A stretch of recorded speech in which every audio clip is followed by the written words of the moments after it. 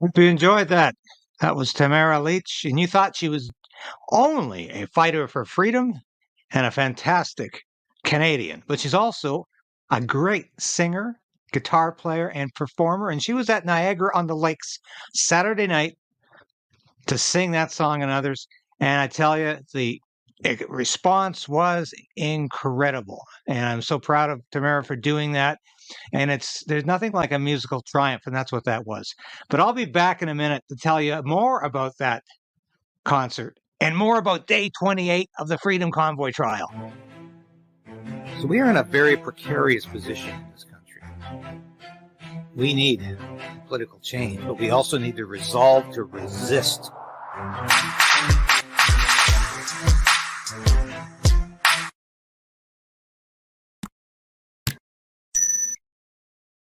Hey, take Sasha's direction. That's Sasha, my cat, ringing the bell. Please ring the bell.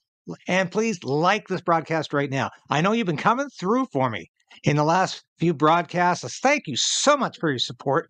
And keep supporting this station. Subscribe if you haven't already.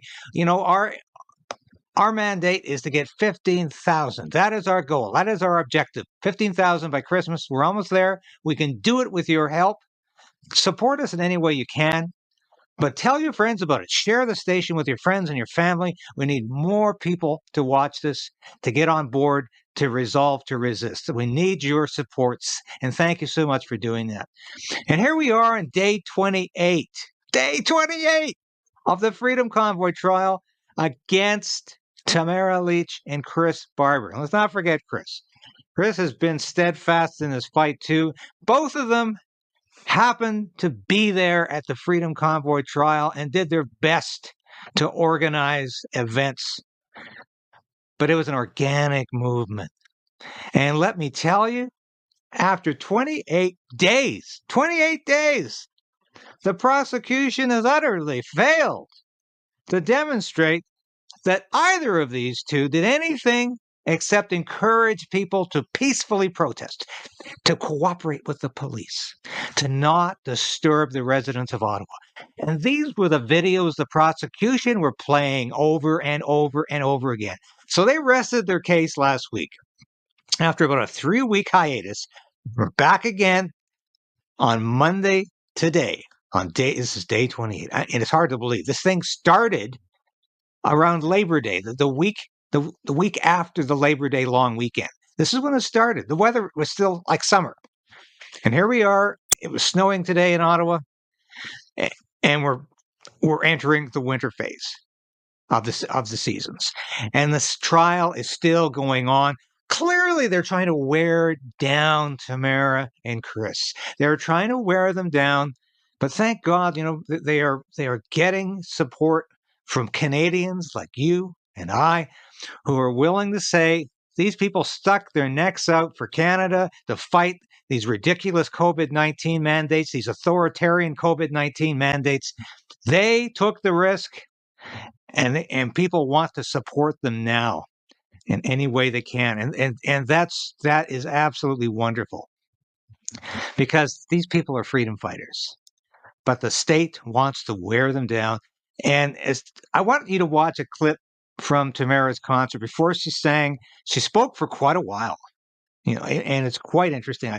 I just want you to listen to what she said here, because it's not just touching and poignant, it's very profound. And I think you'll enjoy this. You can't make me cry because I still have to sing some songs. I don't know if you know how hard that is to sing and cry at the same time. Thank you so much. Wow.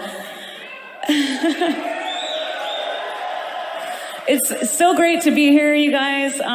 We have been so excited about coming to do this for a long time. Daniel asked me months and months and months ago if we could come and play here, and I said absolutely. Because one of the things that brings us together is music. You know, and it just seems so fitting to me that after the unity that we saw happen in Ottawa, you know, that we can come together and do something like this and celebrate together. And it's another just part of me that I get to share with you. So Definitely have to say a big thank you to Daniel and Giacomo and New World Sun, who we get to play with tonight. Wow. And obviously, thank you for all you guys for coming. I know Rebel News is here. Well, I'm not sure where they're at, but they're here somewhere. And they've been very amazing to me. They've helped me write a book. As you know, the Democracy Fund is helping us with with my legal fees for my criminal trial, which goes into day 28 on Monday. 28 days to try and prove mischief. I think this has got to be the longest mischief trial of all time. I'm pretty sure it is, anyway. And of course, before I go any further, there's a couple people in the audience that I definitely need to acknowledge tonight, that were with us on the ground in Ottawa. And of course, you know, we didn't really know what to expect when we got there. I knew or felt, you know, as these donations were coming in, and it was like $1 million, and the next day they're like, bump it, it's another $1 million. Wow. Canadians donated over $10 million twice in less than 8 weeks, by the way. Yeah. Fringe minority, right?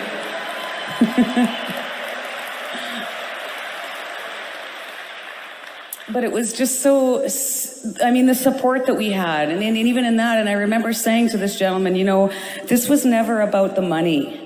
This was the statement behind the money, and that's what scared them so bad.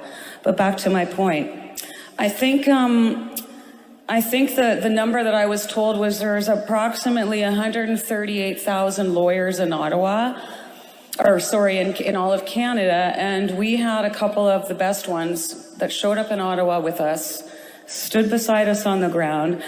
And the reason I bring up the millions is because, you know, I'm thinking this is great, but every time I have to bump it up, I'd get a little bit sicker, because I thought, when you start talking about millions of dollars, lawyers are coming. In this case, it was good. If I could just have Keith Wilson stand up, please. There he is.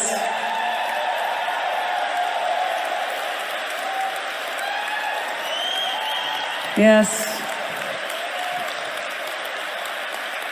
He's been a great friend. He's been an amazing lawyer. He has done this from the good of his heart. He's sacrificed just as much as the rest of us. And I'm just, thank you, Keith. And of course, his lovely wife, Donna. There's an excerpt from Tamara Lich's speech before she began singing, and we want to thank Rebel News for live streaming that. Of course, they've done so much to help out Tamara Lich, and I don't mind giving credit to it, competing news media, because we're all in this together as independent or new media.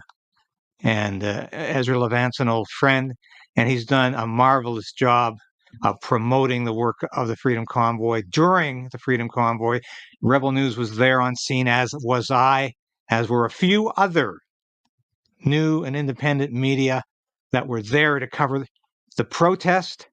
And we're there right now to cover the trial, because this is very important. It's important to cover the trial because, as Tamara points out, 28 days to find evidence of mischief, and they haven't done so. And as she says, it wasn't about the money. I mean, believe me, I know everybody connected with this protest. They've got nothing out of this financially. They have been punished by an authoritarian state, municipal, provincial, and federal. They have taken their lumps from government and from the state. And why do you think this trial has gone on so long? I mean, as Tamara points out in another section of her speech, Chinese election interference, no big deal. Doesn't go punished. We've gone through one special rapporteur. We have a justice looking at it right now. Hasn't reported back. That can wait.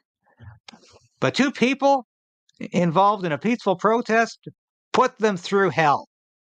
And then make sure other Canadians don't get the good idea that they should be protesting Justin Trudeau's policies, or else you're going to get the full weight of the justice system on your neck, on your back. That's the lesson here. This is exactly what's happened in the U.S. with the January 6th so-called insurrection. Peaceful protesters who just walked into the Capitol building ended up getting time in jail without bail. They spent months without even going to trial. And when they went to trial, some of them got years just for peaceful protesting and all the lies that came out of that protest. At least nobody claimed the Freedom Convoy protest in Canada was responsible for the deaths of any police officers or anybody else. I'm surprised nobody has tried to make that outrageous claim in Canada, because they've made that claim in the States.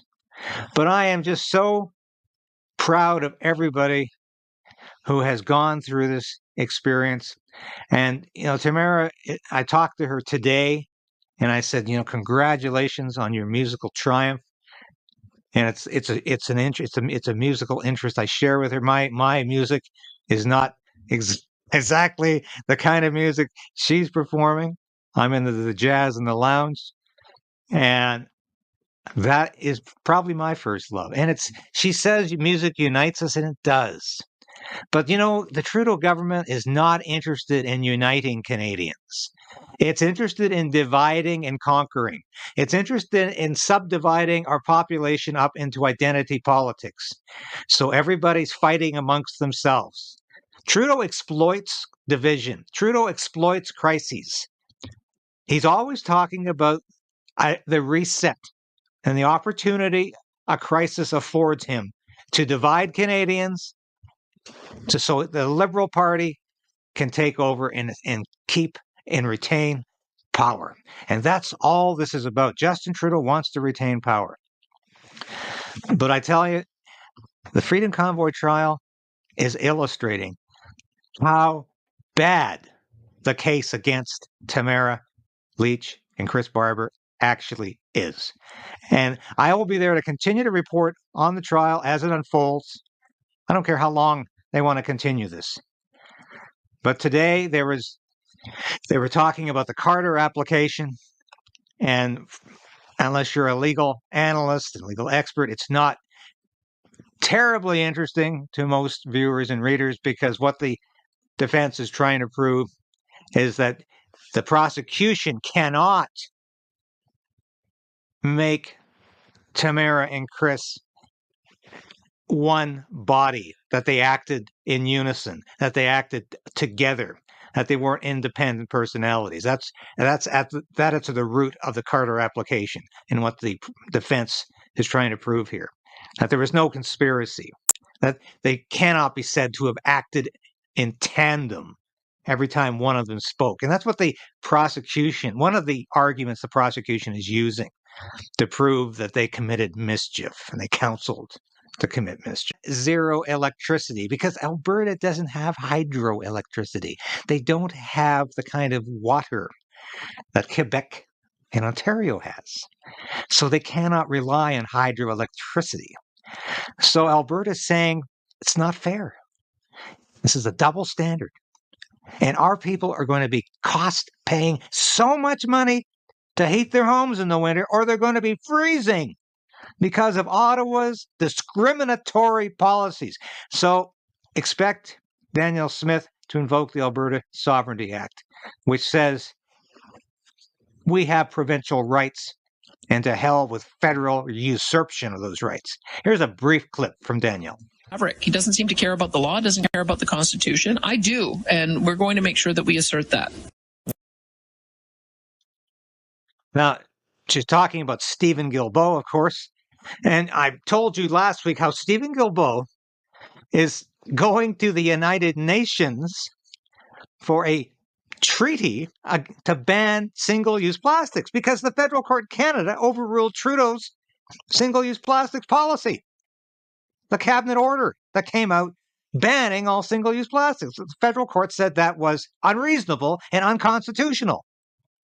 But Guilbeault, if left to his own devices, will ride roughshod over your constitutional rights and provincial rights, because he ignores any decisions from courts he doesn't like. And he is basically still a Greenpeace activist calling himself a proud socialist. I think he's also a proud Marxist. And I think he's working against the interests of Canada. And his plan is catastrophic. He is working in tandem with Justin Trudeau to destroy Canada. Anyway, thanks for watching today. We will be continuing to report on the Freedom Convoy trial as it unfolds. And take heart, because we are resolving to resist. We are continuing to fight back. Ring that bell, subscribe, support this station, and like this station, as I said at the beginning. We're going to beat Trudeau's censorship. We're going to beat Trudeau's attempts to shut us down, to shut down independent media, to shut down new media, to stymie us, to stifle us, to silence us. We're not going to let Justin Trudeau do that. We still have freedom of speech in this country, and Trudeau's not going to take that away from us. Thanks for listening today. I'm your host, David Krayden, and God bless you. Hi, this is David Krayden from Krayden's Right and Stand on Guard. Join the resistance. Resolve to resist. Become a member of this station. I've been practicing journalism in one form or another for over 30 years. I've worked in print, radio, and television for a lot of prestigious publications and media outlets. I was an Armed Forces Public Affairs officer. I worked on Parliament Hill. I know how Ottawa works, and I know how corrupt federal government can be. But you can play a part in opposing Justin Trudeau's government and Justin Trudeau's plans for Canada. You can become a part of the Krayden's Right resistance. Now, I urge you today, please support this station in any way you can. Ring that bell, subscribe, because that ensures you're at least going to continue to be able to watch these episodes. You'll beat the algorithm. But more importantly, I need your financial support. I hate to ask, but that's what I'm doing. I made a decision to pursue independent media because I believed it was the best possible route for me to take as a journalist and as a concerned citizen of Canada. So you can become a part of that. And at only $5, you can become a part of that on YouTube, on Substack, and with Buy Me a Coffee, a one-time donation. But I need your support. And from the bottom of my heart, I thank you. If you've already done that, if you're already supporting the station, thank you. But if you haven't, make that decision today